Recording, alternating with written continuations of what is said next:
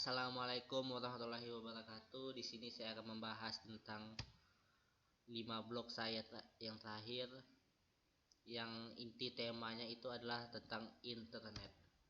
Pertama, kita bahas apa itu internet. Internet adalah jaringan besar yang saling berhubungan dari jaringan-jaringan komputer yang menghubungkan orang-orang dan komputer-komputer di seluruh dunia melalui telepon, satelit, sistem-sistem komunikasi yang lain. Oke, blog pertama saya itu membahas tentang kenapa kita bisa terkoneksi dengan internet. Ya, yang pertama itu menggunakan fiber optik. Yang sederhananya itu fiber optik itu ya kabel yang ada di bawah laut, di kedalaman laut. Yang kedua menggunakan internet satelit. Yang sederhananya juga tuh internet satelit itu ya satelit yang berada di 23.000 mil di atas bumi, di atas langit, yang mana cara kerja itu melalui sinyal yang dipancarkan, yang kemudian kita pancarkan sinyal dan kita menerima sinyal, yaitu internet. Yang kedua, saya membahas tentang evolusi internet. Evolusi internet pertama itu namanya The Building Block of Internet yang terjadi pada tahun 1973, yang dimana Amerika Serikat DARPA memulai penelitian tentang protokol untuk memungkinkan komputer berkomunikasi melalui jaringan terdistribusi. Dan kedua, mulai adanya namanya You Got Mail, awal dari email, yang dimana email sebenarnya telah ada sejak lama. Awalnya pesan elektronik direkam pada suatu sistem komputer mainframe. Ya, yang kedua, Hypertext Web 1.0 pada tahun 1989 yang ditemukan oleh tim Berners-Lee, lulusan Universitas Oxford, dan insinyur perangkat lunak di CERN.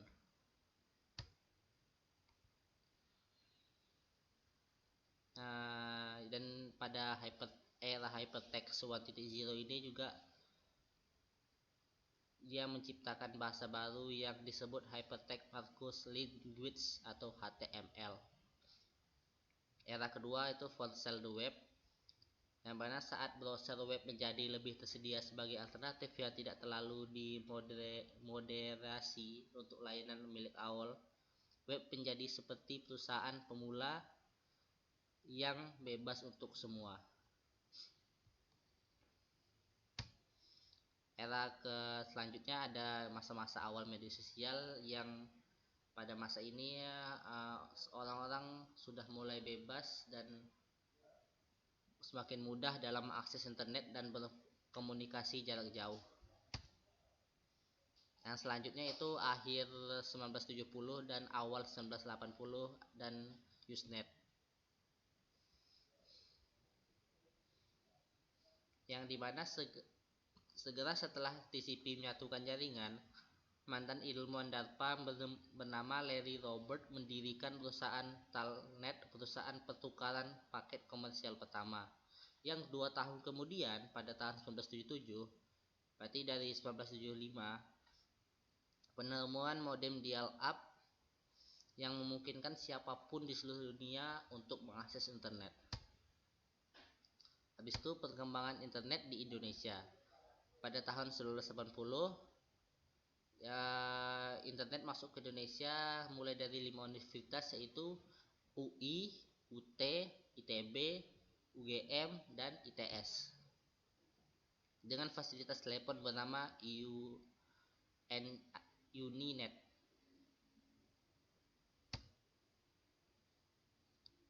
yang akhirnya tidak berkembang karena masalah kurangnya infrastruktur yang memadai.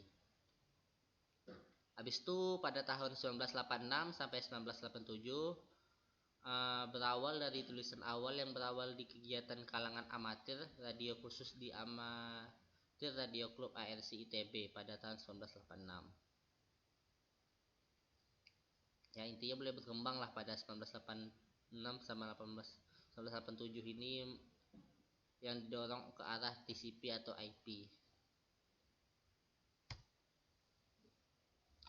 Habis itu dimulai 1989 sampai 1990 dimulai dari milis pertama yaitu indonesian@genus.berkeley.edu. Pola milis ini terus berkembang terutama di server host ITB dan egroups.co. Milis ini akhirnya menjadi salah satu sarana paling strategis dalam perkembangan komunitas internet di Indonesia. Yang dimana pada awal 1990, Ono W. Purbo yang saat itu berada di Kanada sesama amatir radio di Indonesia dihubungi melalui jaringan radio amatir ini. Dengan PC atau XT radio jangkauan 2 meter, 2 mil, komunikasi antara internet dan Kanada terus berjalan lancar melalui radio amatir network.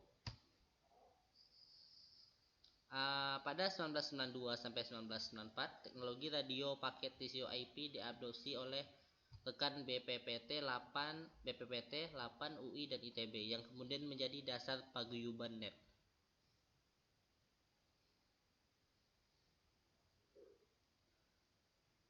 Dan pada tahun 1994, ICP komersial pertama Indonet mulai beroperasi. Koneksi awal ke internet menggunakan dial-up dilakukan oleh Indonet. Early access di Indonet awalnya menggunakan mode teks dengan akun shell browser links dan klien email pin di server AIX. Dan pada tahun 1995 banyak BBS di Indonesia seperti Clarissa telah menyediakan layanan akses telnet di luar negeri dengan menggunakan browser jarak jauh links di Amerika Serikat. Dan pada tahun 1994 internet masuk ke Indonesia dengan basic top level domain identifier TLD-ID yang dibangun di atas server Unet yang kemudian dilanjutkan dengan domain tingkat 2 second level domain. ICP atau Internet Server Provider pertama Indonesia adalah IPTechNet yang terkoneksi dengan internet dengan kapasitas bandwidth 64 KB per second. Dan selanjutnya pada tahun 1994 sampai 1995, pada tahun 1994 ICP komersial pertama Indonet mulai beroperasi. Dan mulai 1995 banyak BBS di Indonesia seperti Clarissa telah menyediakan layanan telnet di luar negeri menggunakan browser jarak jauh links di Amerika Serikat. Ya, seperti saya jelaskan tadi. Pada tahun 1995 sampai sekarang, terakhir akses internet di Indonesia terus berkembang dari waktu ke waktu. Dapat dikatakan bahwa Indonesia mengikuti perkembangan teknologi informasi dan komunikasi selama ini. Dan mungkin menurut Abji, Indonesia akan terus mengikuti perkembangan ini. Yang didata pada tahun 2014, sekitar 88,1 juta rakyat Indonesia sudah terhubung dengan internet dan akan terus berkembang yang dibarengi dengan teknologi mobil yang canggih dan terjangkau saat ini. Oke, di blog saya yang ketiga saya membahas tentang perkembangan internet dari masa ke masa, yang dimana masa-masa awal sejarah singkatnya aja perkembangannya dimulai dari proyek ARPANET yang awalnya hanya untuk keperluan militer ya, dan kemudian pada 1957 pada tahun Uni Soviet atau sekarang disebutnya Rusia meluncurkan Sputnik wahana antariksa yang pada akhirnya 1958 Amerika Serikat pun ikut meluncurkan pesawat ruang angkasa dengan tujuan teknologi komputer. Pesawat ruang angkasa itu bertujuan meningkatkan sains dan teknologi di Amerika Serikat. Hingga 1969, Departemen Pertahanan Amerika Serikat membentuk proyek ARPANET menjadi sejarah awal perkembangan internet hingga sekarang. Lanjut pada 1965 sampai 72, yang mana pada 1965 Ted Nelson merilis sistem jaringan internet hypertext. Pada tahun 1968, Timnet mengikuti anggota ARPANET menjadi 23 node komputer yang terdiri dari universitas dan lembaga dan komputer oleh Amerika Serikat pada tahun 1971. Lanjut pada 1969 sampai 1972, yang mana awalnya proyek ARPANET hanya menghubungkan 4 situs, dan kemudian 4 situs ini membentuk jaringan terpadu pada 1969. Dan antara 4 situs adalah Stanford Research Institute, Santa Barbara, University of California, dan University of Utah. Dan proyek ARPANET secara resmi diumumkan pada 1972, yang mana periode ini bisa disebut sebagai tahun pertama kali web dibuat.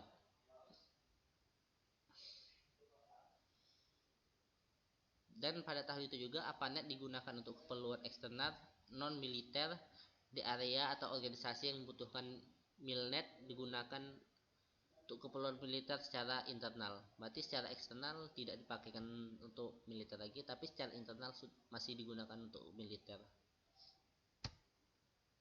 Lanjut pada 1973, universitas ternama di Amerika yaitu University College London Inggris dan Royal Radar Corporation dari New York bergabung dengan ARPANET untuk memperluas internet, dan Mr. Internet dan Bob Kahn memberikan spesifikasi rinci untuk TCP dalam artikel berjudul A Protocol for Pocket Network Interconnection. Sejarah internet dimulai pada awal tahun 80-an abad lalu dengan komputer pribadi atau komputer yang mulai banyak digunakan seperti sekarang.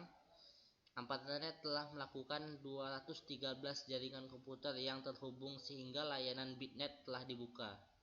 BitNet menyediakan email, daftar surat, layanan protokol transfer file, dan layanan protokol transfer file. Oke, lanjut pada tahun 1982 hingga sekarang. Pada tahun 1982, internet dikembangkan dengan menggunakan TCP dan IP sebagai protokol ya. Tidak semua orang dapat mengakses internet membutuhkan akses ARPANET lagi. Tidak semua orang yang mengakses internet membutuhkan akses dari ARPANET lagi. Jadi pada tahun 1986, sistem yang bernama domain dikenal sebagai DNS diperkenalkan. Sistem nama domain setara dengan sistem alamat nama di jaringan komputer atau internet. Jadi pada tahun 1982 sampai sekarang ya, orang kalau mau akses internet ya tidak perlu lagi memerlukan akses dari ARPANET. Sekarang sudah lumayan mudah untuk akses internet. Mungkin semua orang sudah bisa. Oke, lanjut ke blog saya yang keempat, yaitu layanan-layanan yang ada di internet. Pertama itu ada chatting. Layanan chatting itu kayak ya saling berbagi teks atau berkomunikasi secara teks dari orang satu ke orang lainnya. Bisa misalnya menggunakan WhatsApp, Facebook, Messenger, Telegram, dan lain-lain. Kedua, www atau World Wide Web, yaitu kumpulan sumber daya internet yang berisi teks, gambar, video, dan hyperlink, yang dimana pertama kali digunakan pada tahun 1989. Yang keempat, e-commerce, yaitu elektronik komersial, jual beli secara online, yang mana sekarang sudah lumrah jual beli online. Contohnya menggunakan Tokopedia, Shopee, Bukalapak. E-banking, yang mana kita bisa menarik uang menggunakan aplikasi mobile yang ada di perangkat kita tanpa harus menggunakan kartu lagi, dan tanpa harus juga kita pergi ke teller, ya hanya lewat ATM atau elektronik. Jadi tinggal pakai elektronik banking, bisa ngambil langsung lewat ATM. E-learning, dimana kita sekarang bisa melihat tugas-tugas nilai kita lewat web yang sudah disediakan kampus atau sekolah, ya tanpa perlu kita lihat data lewat dokumen atau rapor lagi, ya walaupun masih diperlukan. Tapi kita sekarang juga bisa belajar lewat online juga dengan adanya electronic learning ini. Contohnya kayak Ruang Guru, Paper. Ya, jadi dengan ada e-learning kita bisa belajar secara online juga. E-government, VoIP, IRC, dan milis. Oke, selanjutnya itu dampak internet di berbagai bidang. Pertama, saya ini membahas dampak internet di berbagai bidang ini ada di 5 bidang saja. Yang pertama bidang pemerintahan. Dampak positifnya itu pelayanan jadi lebih baik kepada masyarakat, meningkatkan hubungan antara pemerintah, usaha dan masyarakat luas, pemberdayaan masyarakat melalui kemudahan akses informasi. Dengan informasi cukup, orang belajar mampu menentukan pilihannya sendiri, hilangnya birokrasi yang menjadi penghambat masyarakat, hadirnya e-government saat ini berdampak pada sumber daya manusia di setiap pelayanan publik, dan dalam administrasi pemerintahan, TI merupakan alat otomasi proses yang dapat mengurangi pengoperasian secara manual. Tapi dampak negatifnya itu semakin banyak akses publik ke situs pemerintahan, jadi semakin mudah juga kejahatan dunia maya terjadi. Yang kedua juga biaya. Ya, meskipun kebijakan pemerintah adalah menggunakan teknologi informasi untuk mengurangi biaya, namun menyimpan infrastruktur membutuhkan biaya yang tidak sedikit. Habis itu cangkupan akses harus diakui bahwa tidak semua orang dapat mengakses internet dengan mudah. Misalnya mereka yang tinggal di pedesaan atau pedalaman-pedalaman gitu juga masih susah dalam akses internet. Habis itu banyak negara skeptis terhadap berita negaranya, ya karena semuanya sudah terhubung internet, ya hampir tidak ada yang bisa ditutupi lagi harusnya. Habis itu di bidang kedua itu bidang pendidikan. Dalam hal positifnya di bidang pendidikan itu mudahnya sumber informasi melalui internet, ya dimana guru dan murid dapat mudah mendapatkan informasi atau berbagi informasi di internet dengan internet. Habis itu sarana pertukaran data dan informasi, yaitu tadi kata saya. Tapi dampak negatifnya ya banyak sekali sih. Pertama pornografi, ya buat sekarang mungkin kalau udah tahu dari pornografi susah untuk menghilang kecanduannya. Individualisme, ya karena di internet orang jadi kayak ya udah daripada susah saya pergi bersama teman, ya bagus saya di rumah aja gitu kan, lebih dapat hiburannya, lebih banyak hiburannya di internet sekarang. Habis itu kecanduan, ya seperti nomor satu tuh, tapi kecanduan ini bisa juga kecanduan main game, kecanduan, ya kecanduan lah. Habis itu plagiarisme, yang dimana plagiarisme ini membuat murid-murid jadi tidak kreatif lagi karena adanya internet, jadi tinggal ciplak saja, ya kurangnya kreativitas gara-gara plagiarisme. Habis itu 5 kekerasan. Karena ada kekerasan ini, orang-orang atau siswa-siswa sekarang jadi kalau lihat ada kayak film yang ada kekerasan gitu jadi kayak mau meniru gitu. Habis itu penipuan, ya siswa sekarang mungkin tak semua yang mudah ditipu, tapi pasti ada aja yang mudah ditipu lewat internet ini. Habis itu bidang ketiga itu di bidang industri. Pertama, dampak positifnya kemudahan akses informasi, efektivitas di bidang produksi, dapat meningkatkan pendapatan nasional dan meningkatkan kesempatan kerja tenaga ahli. Tapi dampak negatifnya lebih rentan terhadap serangan cyber, dibutuhkan banyak uang untuk berinvestasi dalam peralatan dan personal, ada urbanisasi, dan berdampak pada lingkungan karena penggunaan mesin yang dapat menimbulkan pencemaran udara maupun pencemaran lingkungan. Ya gitulah. Habis itu di bidang transportasi, dampak positifnya menyederhanakan distribusi, hemat waktu dan perjalanan lebih cepat. Beberapa modal transportasi memberikan alternatif jika ada niat berpergian dan mempermudah distribusi komoditas produksi sehingga tersedia di mana saja dan kapan saja.